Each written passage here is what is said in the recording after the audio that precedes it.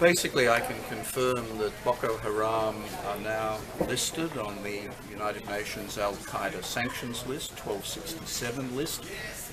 That's online. The press release and the reasons, the so-called narrative for why they've been listed should be available any moment now. The deadline for approval by member states, members of the committee, members of Security Council for this to go on the listing was 3 p.m. today.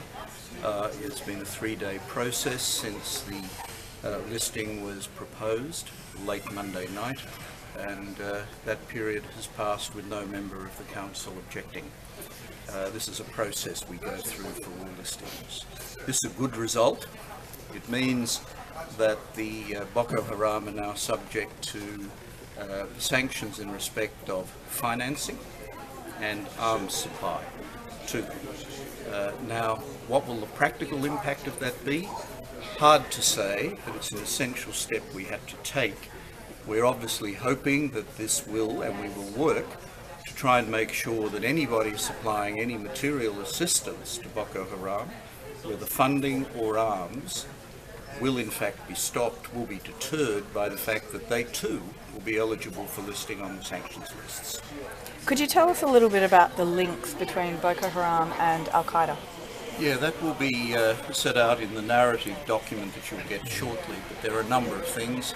There's very clear evidence that Boko Haram have done training with Al-Qaeda in the Islamic Maghreb, that's AQUIM, particularly in respect of developing IEDs, explosive devices, which, as you know, are one of the main tools, one of the main weapons of modern-day terrorism, and particularly Al-Qaeda.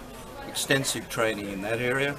Also, there's evidence that a number of Boko Haram, significant number of their personnel, have fought alongside Al-Qaeda affiliates in Mali. Also, in November 2012, the leader of Boko Haram, Abu Bakr Shankar, made very, very strong statements of solidarity, terrorist solidarity, with Al-Qaeda in Iraq, Afghanistan, Yemen, Somalia, and a range of other places, and Syria, I think.